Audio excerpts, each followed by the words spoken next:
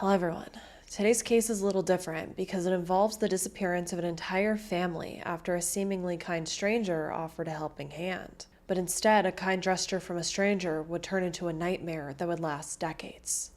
26-year-old Ronald, aka Ronnie Jack, and his 26-year-old wife Doreen Jack were both born in 1963 and were both of indigenous descent, part of the Cheslata Carrier Nation, growing up on the south side of Burns Lake in British Columbia.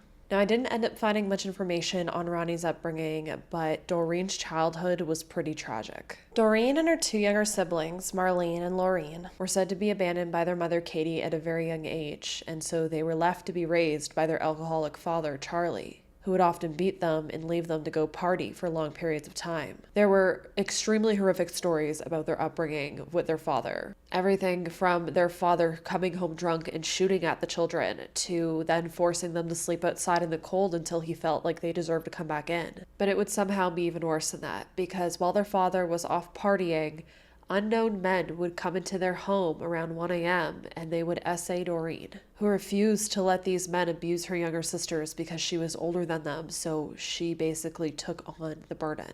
But keep in mind, Doreen was still a little girl when this was happening. She was maybe 7 to 8 years old, and her sisters were around 3 to 4 years old, possibly 5 years old at this time. They were babies still. Marlene even said that these men tried to attack her, but she was too little, so these men would eventually just give up because it wasn't working, if you get what I mean. And these men would never be caught. These children would never get any justice because even till this day, Marlene and her siblings didn't know who these men were. They were strangers. Keep in mind, they were children when this was happening to them, when monsters were breaking into their home in the middle of the night and essaying them while their father was out partying and drunk. It's absolutely horrific what these children suffered. And from what I seen, they were living in poverty on the reservation, which was definitely an epidemic at the time in these communities, but it doesn't excuse the horrific things that happened to these children. And if all of that wasn't enough, in 1970, the three sisters would end up being sent to the LeJac Residential School, located in Fraser Lake. But they would often be sent home during the summers, which is where a lot of this abuse would take place. So they weren't safe at home, they weren't safe at school. These children just were never safe. And I really wish I could just give them all a big hug.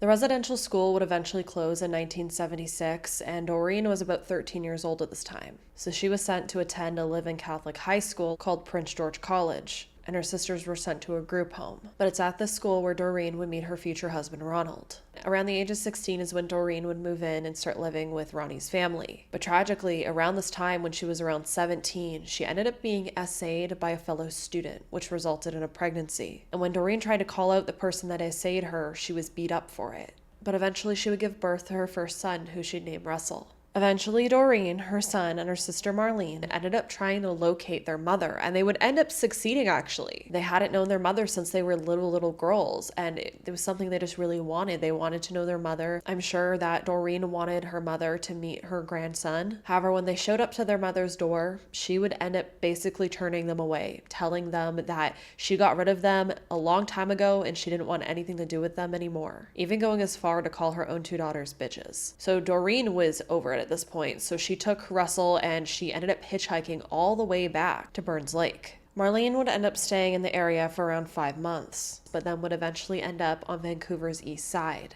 which, as we know, is a very poverty-stricken area of Vancouver. There's a lot of homelessness, there's a lot of drugs, and Marlene would live on those streets for around 2 years. And I think telling stories like this is so important because you may see someone that is homeless living on the street and you don't know their story. Marlene was on those streets and you could have passed her, you could have seen her, and you could have just thought that she was, any other homeless person. Now, not always, but there is usually a reason that people end up in situations like these. And these children were so failed, they were so neglected, they were so traumatized. So I'm not surprised that that could result in someone ending up like that. But it is just so hard to think that there are people out there who treat their children like this, that just don't care whatsoever about their own children. It's crazy to me to think that Katie could birth 3 daughters, and then just abandon them and then just not give a shit about them even when they try to show up years later. And to think that Charlie truly didn't care about his daughters to the point of leaving them home to be essayed by other men, shooting at them,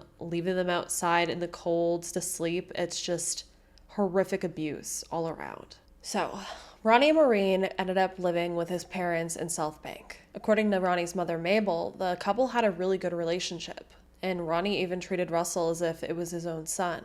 In 1985, Doreen would end up giving birth to the couple's first son, who they would end up naming Ryan. Mabel also was said to treat Doreen like a daughter and had nothing but kind things to say about her, saying she was a big help, she cooked and took care of the kids, and she wasn't any trouble. But by the late 80s, the Jack family situation was becoming a bit more bleak because Ronnie actually ended up hurting his back while working at a sawmill, which caused the family to then relocate to a bigger city, and they would end up in Prince George, a city with a population of around 67,000 people at the time, along the Fraser and the Chaco rivers. Highway 16 runs through the town, which is widely known as being part of the Highway of Tears, which is a 719-kilometer stretch of highway that runs across British Columbia from Prince George to Prince Rupert, where many, many women have disappeared from or been found murdered, many of which we have talked about here and will continue to talk about. Once the Jack family arrived in Prince George, they began renting a home at 2116 Strathcona Avenue, on a cul-de-sac next to Highway 16. The family was now living on public assistance. Russell was now 9 years old and Ryan was 4.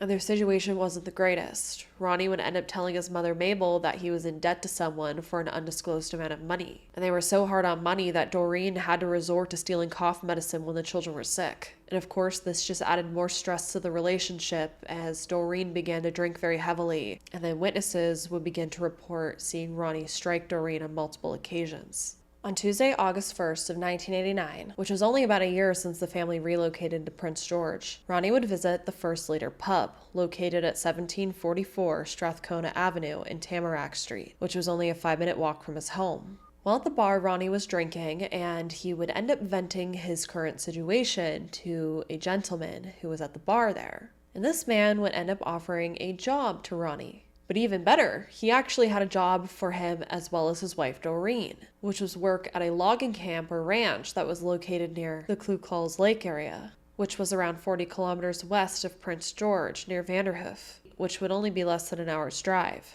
Ronnie was offered a job bucking logs, and Doreen was offered a position as a cook's helper in the camp's kitchen.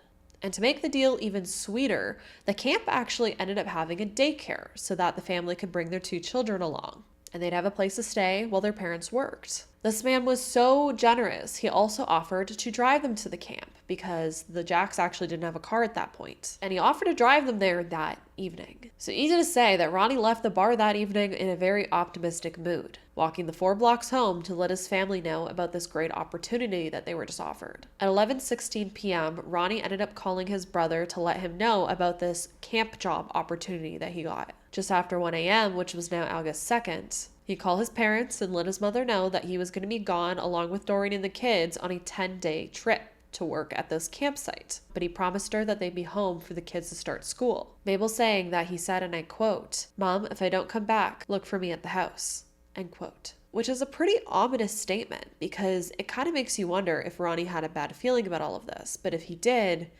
why did he go along with it? Now, during this time when the family was preparing to leave, this unknown man was sitting outside and waiting for them in his truck. And around 1:21 a.m., Ronnie, Doreen, Russell, and Ryan piled into the man's 4-wheel, dark-colored pickup truck and drove off into the night. But as 2 weeks passed and came to an end, and the family hadn't heard anything from Ronnie or Doreen, they began to worry. And as school started and they still weren't back for the kids to attend, it made everyone even more concerned. So on August 25th, Mabel would end up reporting the entire Jack family missing to police. Mabel would end up moving her family closer to Prince George, as well as hired a whole nother family to move there and live in tents with them so that they could start searching for Doreen, Ronnie, and the kids. Now, what I found interesting is that in all official sources, the man was planning on taking the family to the Kluklals Lake area. However, Mabel claims in a National Enquiry MMIW interview that it was Lucas Lake, which is a lake that is actually much farther off and even more remote. So I'm not sure if it was just, misheard, or if Ronnie could have said that they were going to Lucas Lake, but then we also heard something about Kluklals Lake.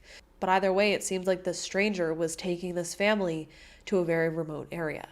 This is said to be one of the first times in Canadian history that the British Columbian police had to deal with an entire family disappearing. 2 parents and 2 young children simply vanishing into thin air. The The story of the missing family would be put out to the public and a $2,000 reward would be offered. Police started to search the Jack family's home on Strathcona Avenue. There they would find the family's furniture, their clothing, the children's school records, all of their personal belongings untouched, as if they were truly planning on coming back in those 10 days. Despite police investigating, family would later say that they didn't get any adequate family support from any organizations, and they essentially had to deal with all of this on their own. Then, to make matters worse, on September 7th, the Prince George RCMP, along with newspapers, would falsely report the Jack family being found, which was definitely not true. They are still missing. While interviewing people from the pub, police were able to get a description of the man that Ronnie had been speaking to there that night. And a year later, another witness would come forward as well with a description. Because of these witnesses, police were able to compile 2 sketches that look extremely similar of the mystery stranger who offered Ronnie the job and took the family. This man is described as a Caucasian male, around 6 to 6 foot 6 inches tall, with reddish brown hair, a short, full beard, and mustache. His hair went to the bottom of his ears and was parted on one side. In 1998, he looked to be about 35 to 40 years old and approximately 200 to 275 pounds. He was wearing a baseball cap, a red checkered work shirt, faded blue jeans, a waist-length blue nylon jacket, and work boots with leather fringes over the toes. So this was a big man. He stood out. He was anywhere from 6 feet to 6 foot 6 inches. That's a tall man, and 200 to 275 pounds. On top of that, he was dressed as if he worked on a ranch, it seemed like. So I could kind of see why Ronnie would trust this man. But then again, this is a very large man. So could he be able to overtake an entire family? And as you would have guessed it, this man was the police's #1 suspect. Police were said to have conducted hundreds of interviews, obtained thousands of documents related to the case, and would search several people's properties over the years. However, all of these efforts were unsuccessful. Until 7 years after the family disappeared, a very concerning 911 call would be placed to the RCMP. On January 28th of 1996, at 8:33 a.m., an anonymous man in Stony Creek, British Columbia would call police saying, and I quote, "The Jack family are buried in the south end of unknown ranch," end quote. After saying that one sentence, the unknown caller hung up without even allowing the dispatcher to ask any questions.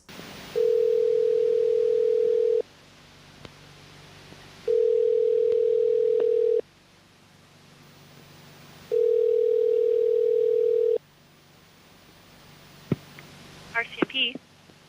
The Jack family are buried at the south end of Gordon's Ranch. Is it regarding the Jack family?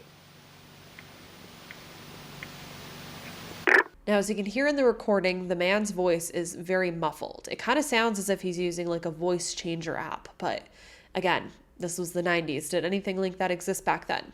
You let me know, because I'm not actually entirely sure. But as you can hear, it's very muffled and unclear the specific name of the ranch that this caller claimed that the Jack family was buried at. It could be Gordy's Ranch, Cordy's Ranch, Corey's Ranch. Let me know down below what you think that the caller is saying. The Jack family are buried at the south end of Gordon's Ranch.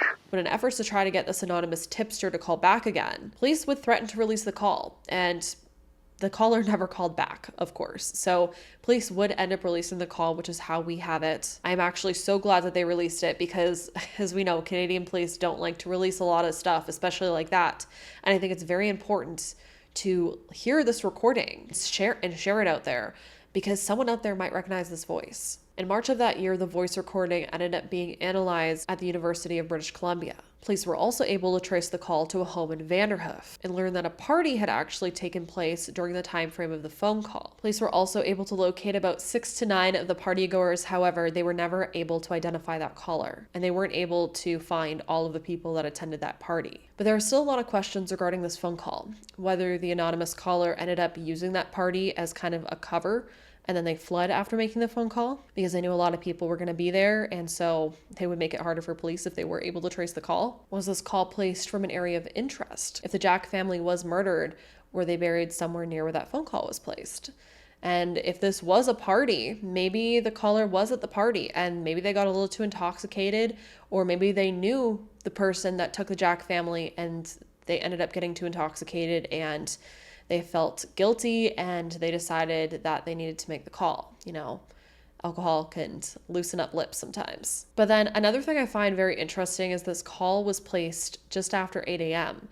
But there was a party going on at 8 a.m. And it makes me wonder who has a party that early in the morning. Now, I did see that it was possible the party happened that night and it lasted till the morning and people were still partying at 8 a.m., which is a scene that I'm not accustomed to. So maybe people do that, but I have never. But I just find it very interesting that there was a party happening at 8 in the morning when this phone call was placed. In 2019, police would end up searching a property south of Vanderhoof on the Sycuz First Nation Reserve. Ground-penetrating radar and heavy equipment were used, but still no evidence was reported to be found. To this day, Ronnie's brother Ted is still advocating for answers and for his brother and his family to be brought home. It's been 35 long years. A vigil would end up being held at Strathcona Park in 2024, not far from the last place that the Jack family was last seen. There was also plans this year to bring search dogs to Highway 16, along with an excavator so that they can look for evidence. Family spokesperson saying, and I quote, "There hasn't been enough coverage when it comes to the missing Jack family,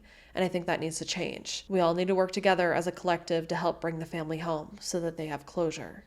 Unquote. And I couldn't agree more. There are so many cases out there that no one ever hears of that I have never heard of. I never knew about the Jack family's disappearance until someone commented it on my channel. And it's crazy to me how many cases there are out there. Thousands and thousands of cases that no one knows about, that just aren't talked about. And that's what we're trying to do here. I think it's very important to cover these smaller cases because these cases need eyes. They need people out there. This is 4 people that were just gone in the blink of an eye and no one knows what happened to them. On top of that, whoever did this to them is still walking our streets, or at least still could be if they're still alive. And that is even more scary because this person could have many more victims out there. He could still be taking victims. And it could be your sister, it could be your brother, it could be an entire family again. And that is terrifying.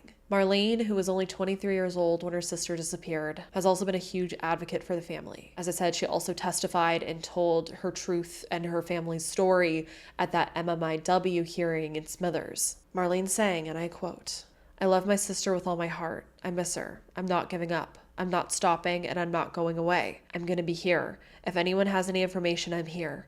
It's a long process. They have to go through all the boxes and stuff. It's just frustrating when I'm hearing the same thing. Nothing new. Even the coroner in Prince George is telling me how much they care about the family, and they're praying that the family is found, and yet nothing is done. The case is still in the back burner. I'm trying to push it and get it off the back burner and get the investigation going. I would really like to know where my sister is and her family. I want to bring them home. 29 years has been a long time not knowing what happened to them." End quote. Age progression photos have also been made of the family to show what each member would look like today. Both Russell and Ryan would be either near or in their 40s by now, which is also just crazy to think that they were just little boys when they disappeared, and they would be completely grown men by now if they were still alive out there somewhere. And to think that Ronnie and Doreen were only 26. They were so young still. They had a lot of hardship in their lives by that age. They had 2 young kids they were trying to take care of, and yet they're just gone. And their case is on the back burner and no one's searching for them. It's sad. It's very sad. Now, a lot of theories have floated around, especially on the internet, of what has happened to the Jack family. Obviously, the number one suspect is the stranger from the bar. In my opinion, it was just too convenient that this strange man was able to meet this family's needs, every single one of them. He essentially presented them with the perfect opportunity. A job for both of the parents so they'd both be making money, a place for the kids to be taken care of so that they could do it and not have to try to figure out if someone could watch the kids. And he was even willing to drive them there that night. It was a little too perfect. And it seems like Ronnie may have been drinking at the bar. Again, alcohol makes people talk a little more than they should and, maybe say things that they should keep private. But people also feel really comfortable sitting at restaurants or at bar rails and just speaking about their troubles and their life, especially when they're drinking. And there was a lot of troubles going on with the Jack family. I'm sure Ronnie was very stressed. He'd injured himself. He'd lost his job. He wasn't able to take care of his family. There's a lot that was probably on Ronnie's shoulders. But I'm sure all of that led to him sitting there that night, having a couple beers and just spilling his guts out to the stranger sitting next to him. And unfortunately, that stranger had bad intentions, it seems. But was this man simply a serial killer who took advantage of the opportunity presented before him? Or could he have been tied to something else? Because there are other theories that it's possible that someone killed the family over Ronnie's debt. Because if you remember, Ronnie had told his mother that he had this undisclosed debt. So could this man have been like a hitman or something that was hired by someone to take Ronnie and his family out over a debt? Now, that theory never really sits well with me when people say that, because it doesn't make sense to me that, a drug organization or something like that would just simply kill someone over a debt, especially one that's probably not too large, because if you kill the person, you're never going to get your money back, which kind of defeats the purpose. However, I guess it is still possible. Not all criminals have morals or brains. So another theory is that the family disappeared due to a drunk driving car crash, because Ronnie and this stranger were allegedly at the bar, so it's easy to say that they most likely were drinking. So is it possible that in that late evening, for one reason or another, this stranger ended up crashing possibly into a lake or into the woods, and just for some reason or another, this vehicle hasn't been found? Although from everything I have seen, they looked for signs of car crashes or anything like that, and none of that was found, unless it wasn't investigated as well, as they say. On top of that, there seems to not have been a man of the description of the stranger who was reported missing. So you'd think that this man would be missing from somewhere, this strange 6-foot tall man, especially if he did in fact work at a ranch or a campsite of some sort. Someone would have reported his absence, but it seems like no one missed his absence, which is a big red flag to me. Another theory that has been passed around is of a family annihilation, that Ronnie was just under so much pressure that night that this conversation with the stranger never truly happened the way it did, and that it was basically all planned by Ronnie. He, got drunk, decided the night was the night, went home, called his, family to set up this alibi that they were going off with some strange man to do this job, but that instead he murdered his entire family. Or this strange man ended up collaborating with him for some reason and killing his family, which is also just seems very too far out there in my opinion. However, this is a theory that I don't really go with. Yes, there had been DV, but DV doesn't always lead to someone killing their entire family, although there are times that it definitely does. But I don't know what other evidence there is to support something like that other than just a theory. Whereas we do have all these witness statements of, Ronnie talking to this strange man at the bar, and then him calling his, family and telling them they were going to go do this. And then they packed their stuff and they vanished. So in my opinion, the other theories are a little more plausible. But if we're going to go with the theory that I think is the strongest, I think that this stranger took advantage of the Jack family's desperation. And I think that he did something horrible to them. I think Ronnie was spilling a little too much personal information at the bar that night. I think this man was possibly a serial killer, and he took advantage of the situation. The opportunity literally fell in his lap. But the fact that this man was able then to control 2 adults and 2 children is something very interesting to think about. But then again, we have to remember he seemed to be a very large man. And I'm sure if he had a weapon of some sort, he probably could have corralled them some way, somehow, got the parents to comply by threatening to hurt the children. There's a lot of things that could happen. But the fact that this unknown man was able to convince 2 grown adults to take their children and themselves to an unknown rural location with him after just meeting him is very, very scary. And how just absolutely risky. It makes me think that this probably was someone who was very seasoned in doing stuff like this. Now, I'm no professional in serial killers, but that makes me think that he was definitely seasoned, and that makes me feel like he most likely has other victims out there. Normally, killers don't just jump to such high-risk activity like that. They'd usually start somewhere smaller, like just kidnapping, a smaller woman. Again, this was Highway 16. This was the Highway of Tears that we're talking about here. It makes me wonder if this man could be responsible for a number of missing women disappearing off of Highway 16. He was drinking at a very small town bar just off of the Highway of Tears, and then seemingly kidnapped an entire family. So the confidence that it would take to pull something off like this, I think this individual most likely has a lot of other victims out there. But again, I'm no professional. I'm just a girl sitting in her apartment with Google who has watched one too many crime shows. But I think it's very terrifying, the amount of missing people in Canada. And then we have individuals like this who are last seen taking a family before they disappear. And it makes me wonder, whatever happened to the Jack family? And how many people could be buried in this stranger's backyard? If you have any information of what may have happened to the Jack family, or if you recognize the voice of that unknown caller on that 911 call or the sketch, please say something. It is extremely important. The family is still fighting for answers decades later, and this case is currently cold, it seems like. It's on the back burner. This case needs to be brought back to life. It needs to be put in front of people. So if you're able to share this video, share out the missing persons flyers, please share the Jack family story. There's 2 children in this case as well that never got to have a future. And their parents were, again, as I said, just so young. They were in their mid-20s. And it's as if they've been forgotten about. And I don't want to let that happen. Let's continue to say their names. Let's continue to spread the word on their case. But also, what do you all think? Let's chat down below your theories and what you think may have happened to the Jack family. And if you have any information that I didn't include in today's video that I didn't find. As always, my heart goes out to the family. And I hope you all stay safe out there. Lock your windows and doors. And I hope to see you in the next video.